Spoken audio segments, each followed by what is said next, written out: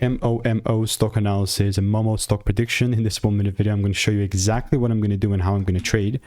And as the only guy in the space with a 46,000 video track record over 5 years, all documented by the way on my YouTube channel, I've seen what's working for me and what's not. MOMO is crashing, you know, pre-market is quite low. I had a very wrong idea, and I'll be very honest and upfront about it. I was looking to double down sell. That was only if the confirmation was met, you know what I mean? But yeah, you can see where we are now, so I'll just get rid of all this stuff. Here's my top.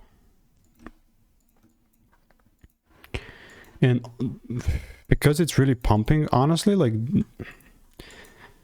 I would rather look to be bullish here and long, but that's only now if I see the confirmation, because, you know, it's really tough to just kind of assume that the price will shift.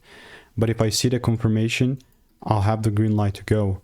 And at this given time and point, I'll just wait them now. Even if it starts pumping without me and just goes, probably will not buy. I just want to see some structure and I'll be waiting for rules. So if you want to stay tuned, want to get free money making emails and insights, click the first link in the description. We'll see you in the next one. Bye bye.